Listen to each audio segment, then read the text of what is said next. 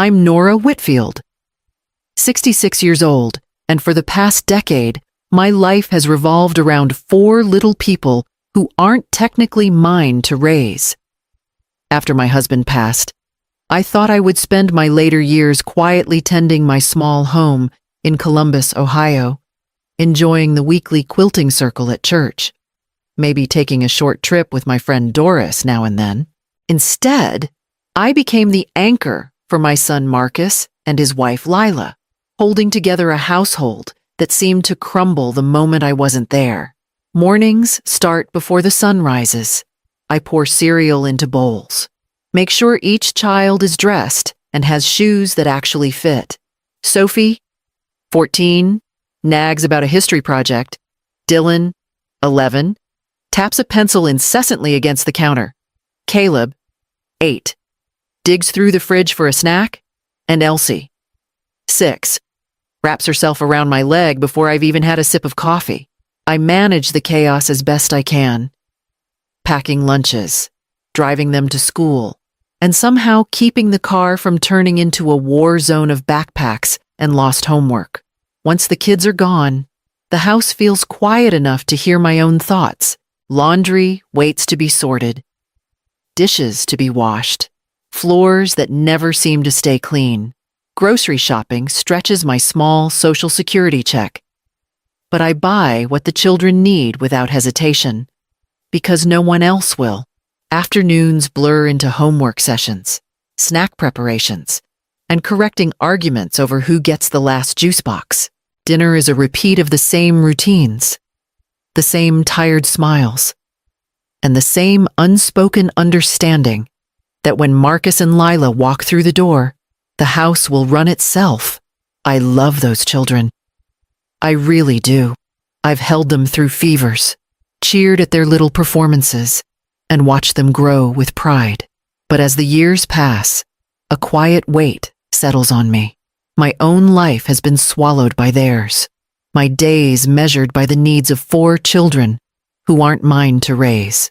I sometimes wonder if anyone notices how exhausted I am, how little of myself remains outside of their chaos.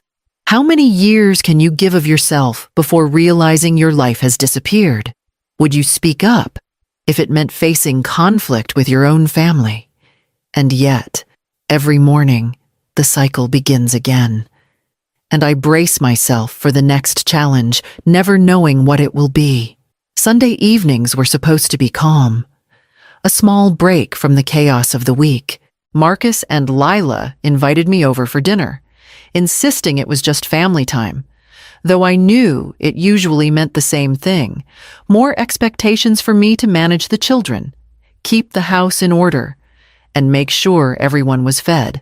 I walked into the familiar smell of roast chicken, mashed potatoes, and the lingering aroma of baked bread, and my heart sank slightly, bracing for whatever new demands might come. The kids were loud as usual, Sophie trying to keep Dylan and Caleb from spilling the juice, while Elsie clambered into my lap before I even sat down. I smiled, tired, but used to the ritual, smoothing Elsie's hair and checking the older children's school bags. My mind was already running through the evening's chores, cleaning up after dinner, making sure the homework was done, and perhaps dealing with some forgotten permission slips. Halfway through the meal, Lila leaned back in her chair, her hand resting on her stomach, and exchanged a glance with Marcus that made my stomach twist. He tapped his glass lightly with a spoon and looked at me, eyes shining. "Mom," he said, a smile spreading across his face. "We've got news. Lila's pregnant. Baby number 4 is on the way." The kids froze, then erupted into questions. Is it a boy or a girl? When will it arrive? Can we help Lila? Beamed, expecting excitement from me. But all I could feel was a cold weight in my chest. Another child. Another round of late nights, early mornings, endless diapers, and constant supervision. I forced a smile, clapped along with the children, and whispered congratulations. But my mind was already calculating how much more of my life this would consume. I wanted to feel happiness for them, but the truth pressed against me like a heavy stone. My time, my freedom, my health. I had almost nothing left to give. Another baby. How do you stay happy for them when your life feels stolen? The rest of the evening passed in a blur, the chatter and laughter around me masking the panic that was beginning to take root in my mind. A sense that something had to change before it was too late. That night, I drove home in silence, the empty streets of Columbus reflecting the quiet chaos that had taken over my life. I thought about the quilting group I hadn't seen in 2 years, the walking club with Doris I missed more often than I cared to admit, and the small trips I'd once planned with friends that never happened. Each memory felt like a reminder of a life I had willingly set aside, swallowed by the needs of children who weren't mine to raise. I sank into the worn chair at my kitchen table, staring at my hands, calloused and tired from years of lifting, carrying, cooking, cleaning, and comforting. My back ached in protest, and the stack of bills beside me reminded me that my social security barely covered the essentials. I had given everything, yet somehow I still felt invisible. Marcus and Lila's lives carried on, uninterrupted, while I remained the quiet support holding it all together. I love those grandchildren with all my heart. There isn't a day that goes by that I don't think about their laughter, their little milestones, or the comfort they find in my presence.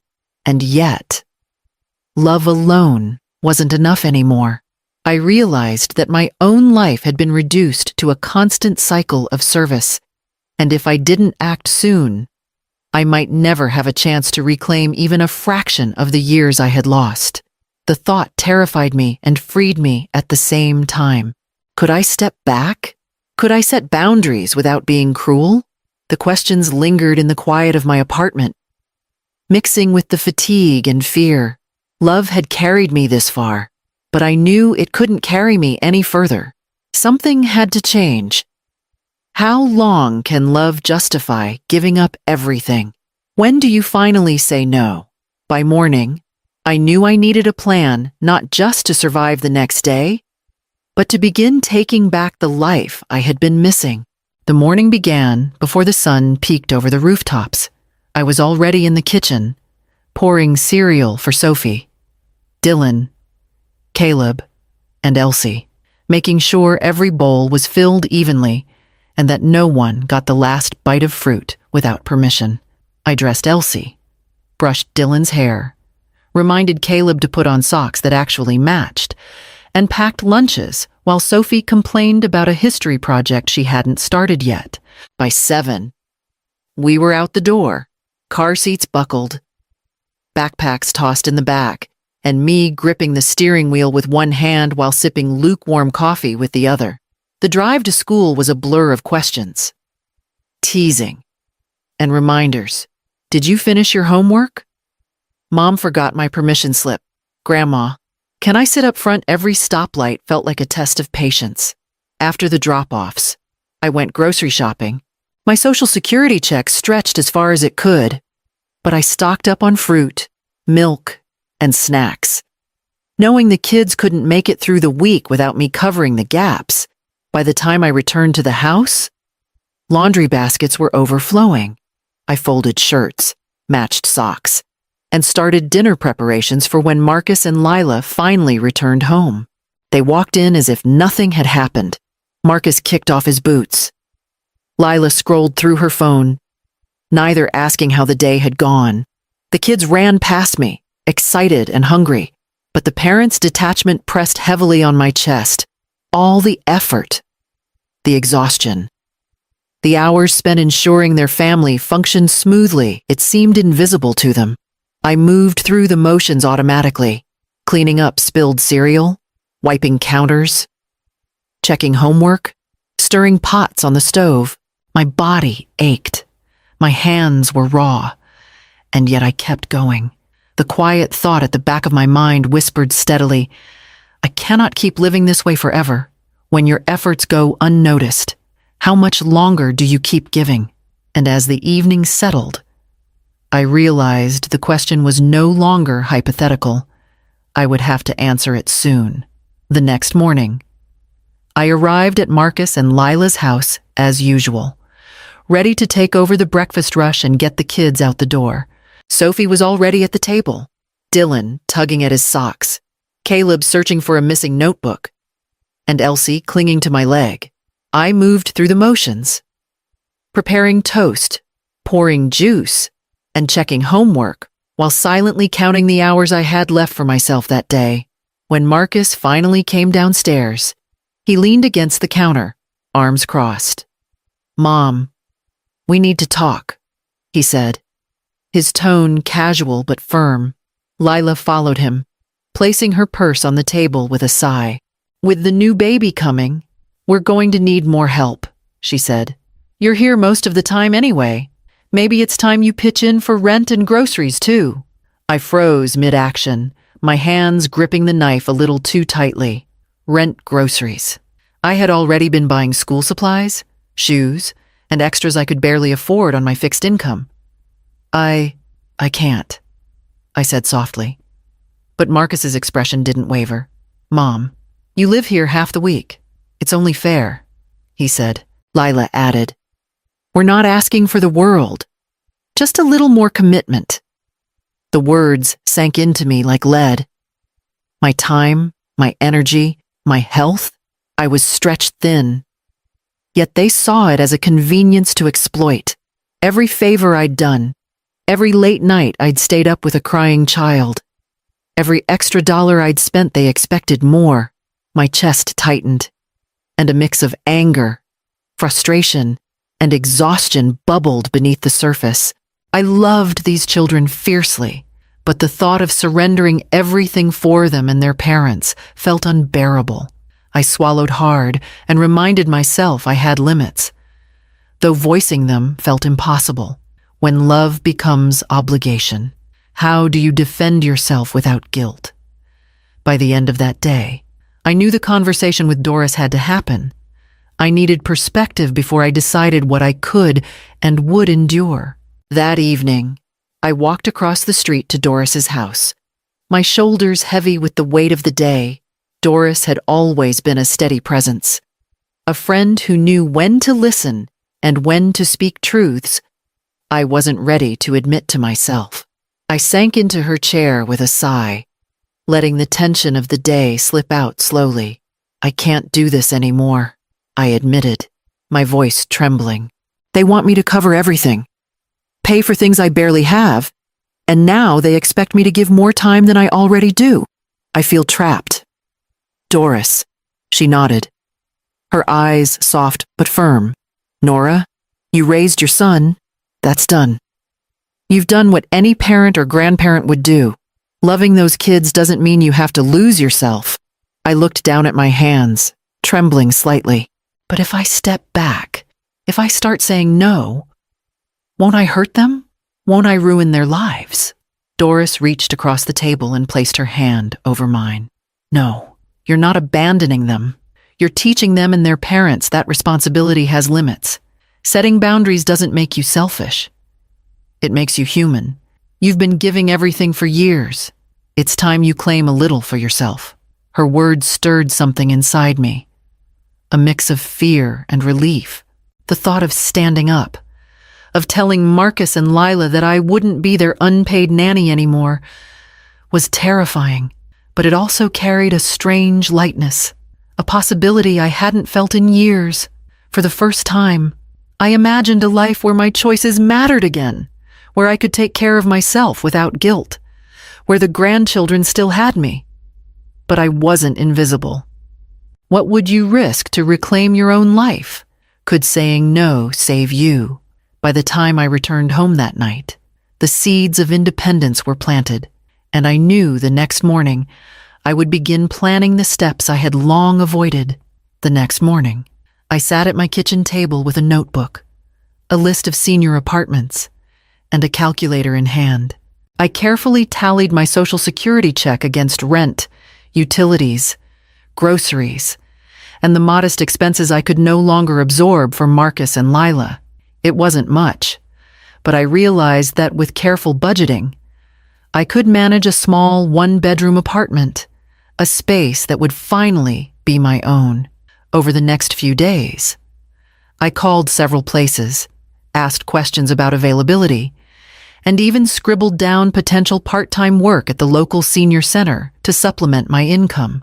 The thought of having evenings to myself, the freedom to return to quilting or the walking club, made my chest feel lighter, though the fear of confrontation lingered. When I finally told Marcus and Lila, it was over breakfast. "I can't stay full-time anymore," I said, keeping my voice steady. "I'll help with the kids in the afternoons, but I need my evenings, and I'll be moving into my own place soon." Marcus blinked in disbelief. "You mean you're leaving?" His tone wasn't angry, but incredulous. Lila folded her arms, eyes narrowing slightly. "With the baby coming, are you serious?" I nodded. "I've given 10 years. I still love the kids, but I cannot continue to give every moment of my life. I need my space. I need my time."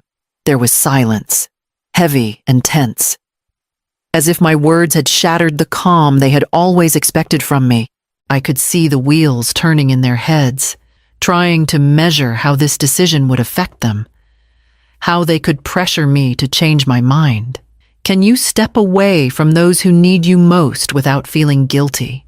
I left the table that morning with a strange mix of fear and relief, knowing that the path to reclaiming my life had begun, and the real challenge of standing firm was still ahead.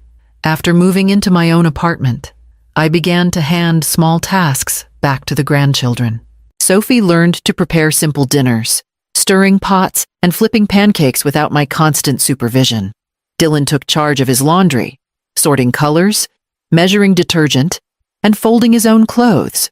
Caleb proudly set the table each evening, and little Elsie began putting her toys back in the bins without prompting. At first, there were mistakes: spilled milk, unevenly folded shirts, scrambled eggs slightly undercooked, but each attempt built confidence. I guided them gently, offering advice when needed, but resisted stepping in to do everything myself. Slowly, I felt a weight lifting from my shoulders, a sense of empowerment I hadn't known in years. Watching them learn and succeed on their own reminded me that love didn't mean complete control or constant sacrifice. I could still care deeply, still be present for them, without losing myself in endless chores and expectations. The house ran smoother than before, the children growing more independent with each passing day. I realized that my role had shifted from caretaker to mentor, from constant labor to thoughtful guidance. How do you teach love without sacrificing yourself? Could letting go be the greatest lesson? With that realization, I knew the next challenge was holding firm against Marcus and Lila, ensuring my boundaries would be respected. A few days after establishing my new boundaries, Marcus cornered me in the kitchen while the kids were at school. "Mom, I don't like this attitude lately," he said, arms crossed, voice tight. "The kids need you. You can't just step back whenever you feel like it." Lila appeared behind him, adding, "We've been counting on you for years. Now you're telling us you won't be around full time." I felt the familiar knot in my stomach, but I took a deep breath. "I'm still here for the children," I said evenly. "I love them, but I cannot do everything anymore. I cannot live my life for you and them. I need time for myself, and I need the kids to start taking responsibility for what they can handle." Marcus shook his head, frustration clear. "They're young, they need guidance, and you've always given it." Lila's eyes flashed, but I held my ground. "They still have guidance," I said calmly. "I'm teaching them to manage their own chores, to solve problems, and to be independent. That is guidance, too. My boundaries don't mean I care any less." For a long moment, they didn't speak. Then Marcus exhaled sharply, his shoulders slumping. Lila shook her head, but said nothing. It was not a complete surrender. but the tension eased over the next days. I watched the children begin adjusting naturally to the new structure. Sophie prepared dinner without asking me for every step. Dylan folded laundry on his own. Caleb set the table without prompting. And Elsie learned to put her toys away consistently. The house ran smoother, and the weight on my shoulders lifted. I could feel the balance returning. A sense of empowerment alongside the love I had always held for them. Can you maintain love while standing firm? How far would you go to protect your life? And as I settled into this rhythm, I began to see how reclaiming my independence could coexist with nurturing those I cared about. Chapter 10. Balance Restored. The first week in my new apartment felt surreal. The space was small, just a modest living room, a kitchenette, and a bedroom, but it was entirely mine. I unpacked my quilting supplies, set up a small reading nook by the window, and even arranged a few potted plants on the balcony. For the first time in years, the apartment smelled like home, not like the constant whirlwind of chores and responsibilities I had carried at Marcus and Lila's. I started a part-time job at the senior center, assisting with administrative tasks and occasionally helping organize events. The work was simple, but it gave me purpose outside of caregiving. I met other seniors, shared coffee breaks with friends, and even began attending a weekly walking group with Doris again. Each evening, I returned to my quiet apartment. The silence heavy at first, but comforting as the days passed. Maintaining contact with the grandchildren required coordination, but I approached it on my own terms. I helped with homework in the afternoons, checked in through video calls when I couldn't be there in person, and occasionally sent small gifts or supplies, careful to respect my budget. Sophie called most nights just to chat about her day. Dylan sent photos of his school projects, and even little Elsie held up the baby for me to see over the screen. With the boundaries firmly in place, the children began taking on more responsibility at home. They learned to manage their own chores, meals, and routines with guidance rather than constant intervention. I felt a sense of empowerment and pride that hadn't been possible when I carried the entire household on my shoulders. For the first time in years, I felt balance. I could love deeply, remain present in the grandchildren's lives, and still have space for myself. Independence and connection no longer felt like opposing forces, they could coexist. Could love survive without surrender? How would you reclaim your life if you were in my shoes? And as I watched the city lights flicker outside my window that night, I finally understood that reclaiming my life did not mean abandoning those I loved. It meant showing them and myself what real strength and boundaries looked like.